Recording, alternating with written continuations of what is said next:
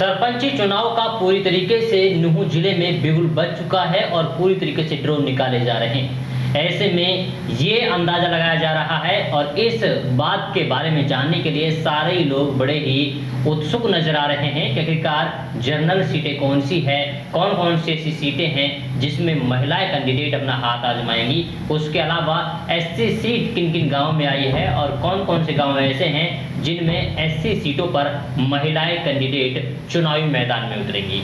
लेकिन उससे पहले कई सारी चीजें ऐसी निकल कर आ रही हैं जो ये दर्शाने की कोशिश करती है कि जो हमारे पुराने सरपंच रहे हैं, जिन्होंने पिछले 5 साल के कार्यकाल में काम किया है और गांव का विकास कराया है, उसकी कई सारी बातें सामने निकल कर आ रही हैं और ये दर्शा रही हैं कि विकास के मामले में अब की बार हमें कैसे सरपंचों का चुनाव करना है। भारत टीवी की इस खास पेशकश और दरख्वास्त की घड़ी में मैं रिजवान खान आप सभी का इस्तकबाल करता हूं और भारत टीवी में आज बात होगी उन्हीं सरपंचों के बारे में जो कहीं ना कहीं अपने विकास को लेकर के थोड़े से झिझकते हुए नजर आए हैं। अब हम आपको सीधा गांव लेकर चलते हैं ढाणा में, क्योंकि ढाणा में एक शिकायत ऐसी आई है जिसमें पिछले करीब 1.5 से 2 महीने की आरटीआई लगाई हुई है और आरटीआई का जवाब तलब करने के लिए जब सरपंच के पास यहाँ पे जाया गया तो सरपंच ने अभी किसी भी तरीके का आरटीआई का कोई जवाब नहीं दिया है।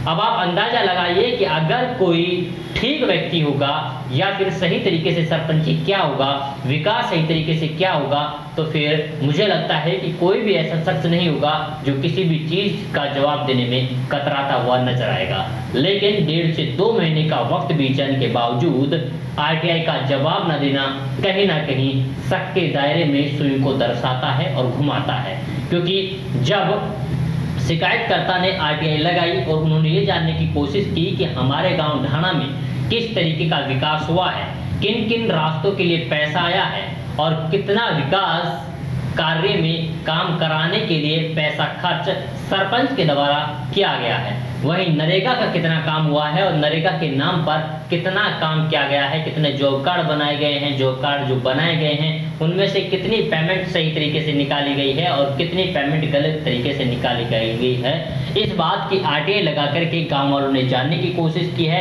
और आरटीआई लगाने का मतलब ये है कि ये आम आदमी का अधिकार है, इसके बारे में कोई भी जानकारी ले सकता है। अगर हम लोग जिम्मेदार नागरिक हैं, जिम्मेदार शख्स हैं, तो कहीं ना कहीं हमारा कर्तव्य बन जाता है कि हम उस जो आरटीआई लगाई जाती है या फिर कोई भी शख्स पूछ सकता है तो उसका जवाब हम सही तरीके से दें, जिससे हमारी गांव की जनता पूरी तरीके से सेटिस्फाइड नजर आए।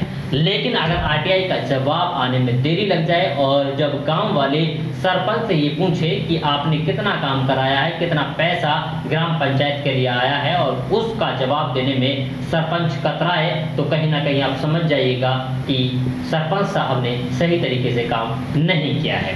अब हम बात करते हैं कि जो आरटीआई के लिए जो जवाब दिया गया है उसको लेकर के शिकायतकर्ता क्या बोल रहे हैं। हम सीधा उनसे फोन पे बात करते हैं और जानने की कोशिश करते हैं कि आरटीआई लगाने का मकसद क्या था, कब आरटीआई लगाई गई है और आरटीआई लगाने के बाद में क्या जवाब उनको मिला है और मिला है या नहीं मिला है, और कौन कौन सी ऐसी चीज़ें हैं जिनको लेकर के वो थोड़े डाउट में है, कंफ्यूजन में है और जिन चीज़ों के बारे में वो जानकारी लेना चाहते हैं उसके बारे में पूरी जानकारी हम सीधा फ़ोन पे जुड़ते हैं। हमारे साथ जुड़ के आइए बात करते हैं।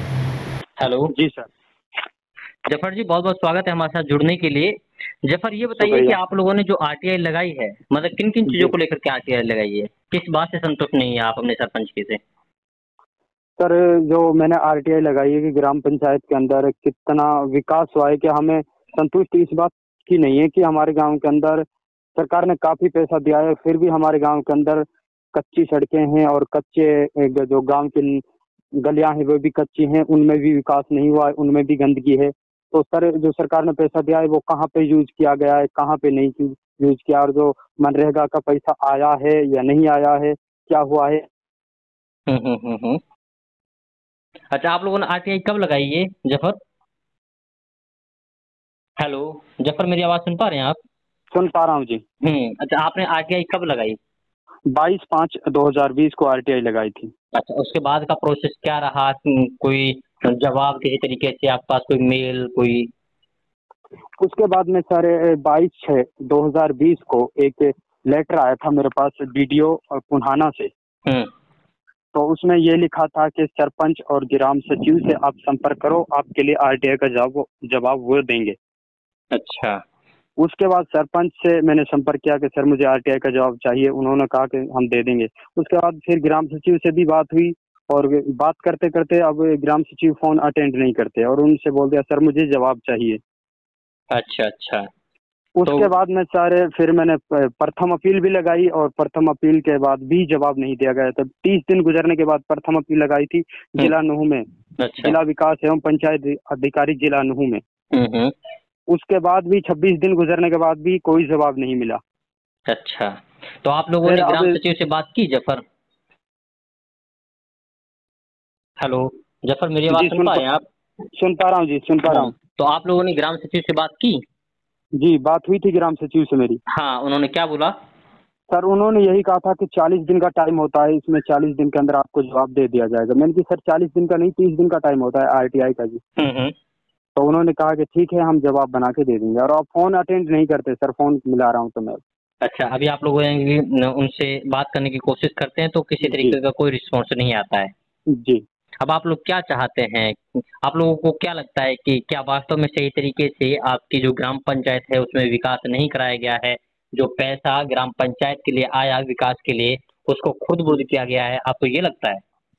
जी खुद-बुद किया गया नहीं। अगर सर ग्राम पंचायत के अंदर अगर अच्छा ढंग से पैसा लगाया है तो उसका आरटीआई का हमें जवाब देना चाहिए। और अगर इनने कोई घोटाला किया है तो हम सरकार से और प्रशासन से उम्मीद करते हैं कि इनके खिलाफ कानूनी कार्रवाई की जाए और निष्पक्ष तरीके से जांच की जाए। अच्छा अच्छा जी।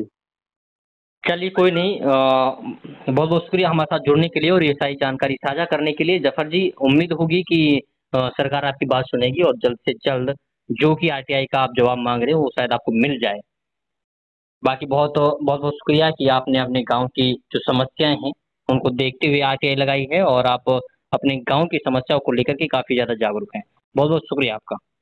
बहुत बहुत शुक्रिया जफर जी हमारे साथ जुड़ने के लिए। तो जफर जी ने अपनी सारी बातें बताई हैं और उन्होंने इस बात की जानकारी दी है कि कब उन्होंने आरटीआई लगाई और आरटीआई लगाने के बाद में क्या प्रोसेस आगे का रहा और उसके बाद में अब तक क्या रिस्पॉन्स उन्हें मिला है। इसके अलावा जफर जी से हमने ये भी जानने की कोशिश की कि किन किन चीज़ों को लेकर के वो आरटीआई लगाए हैं और किन किन बातों को लेकर के उनके दिमाग में कन्फ्यूजन है, वो क्या चाहते हैं गाँव की पंचायत को लेकर के, कितना विकास हुआ है या नहीं हुआ है। खैर अब सवाल ये है कि जिस तरीके से आरटीआई लगाई हुई है क्या वास्तव में सरपंच साहब इस आरटीआई का जवाब दे पाते हैं या नहीं दे पाते हैं, क्योंकि अगर सही तरीके से विकास कराया होगा तो जवाब जाहिर सी बात है आसानी से दिया जा सकता है। लेकिन अगर कहीं झोल मोल हुआ, गोलमोल क्या हुआ है या फिर खुर्द बुर्द कोई चीज़ में क्या है तो फिर आरटीआई का जवाब देने में थोड़ी सी तकलीफ तो जरूर महसूस होगी। लेकिन बात तकलीफ की नहीं है, बात यह है कि आप गांव के मुखिया हैं और गांव के मुखिया होने के नाते आपका फर्ज बनता है कि अगर कोई भी शख्स आपसे इस बात की जानकारी मांगते हैं तो आपको जानकारी पूरी तरीके से जुटानी होगी।